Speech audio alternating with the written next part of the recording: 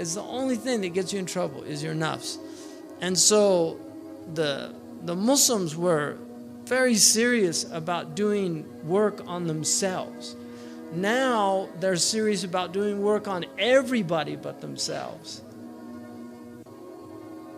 They don't want to do any work on themselves because there's nothing wrong with them. It's America. That's what's wrong. It's Israel. That's what's wrong. It's everything but where it all starts. That's why, and if you look at our condition, that's the whole basis of it.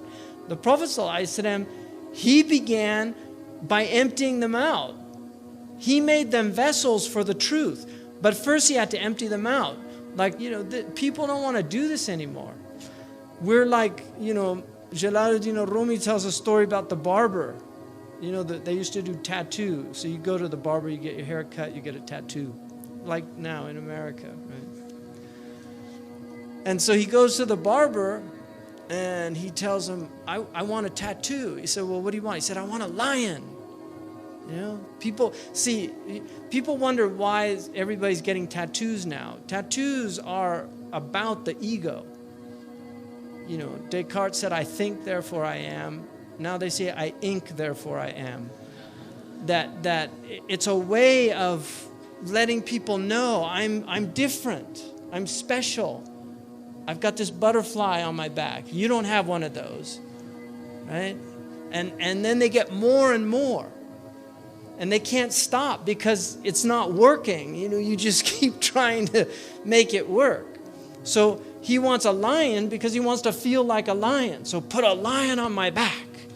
And so the tattoo artist, he says, all right. So he starts with his needling. What's that? He said, that's the tail. He said, no, make it a lion without a tail. So he said, okay.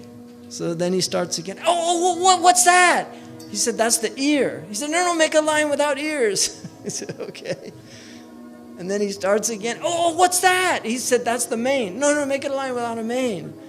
And then he does it again. He says, what's that? It's the stomach.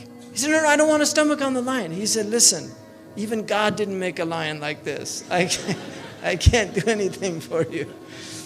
And Rumi says why he's telling the story is that this is people on the spiritual path.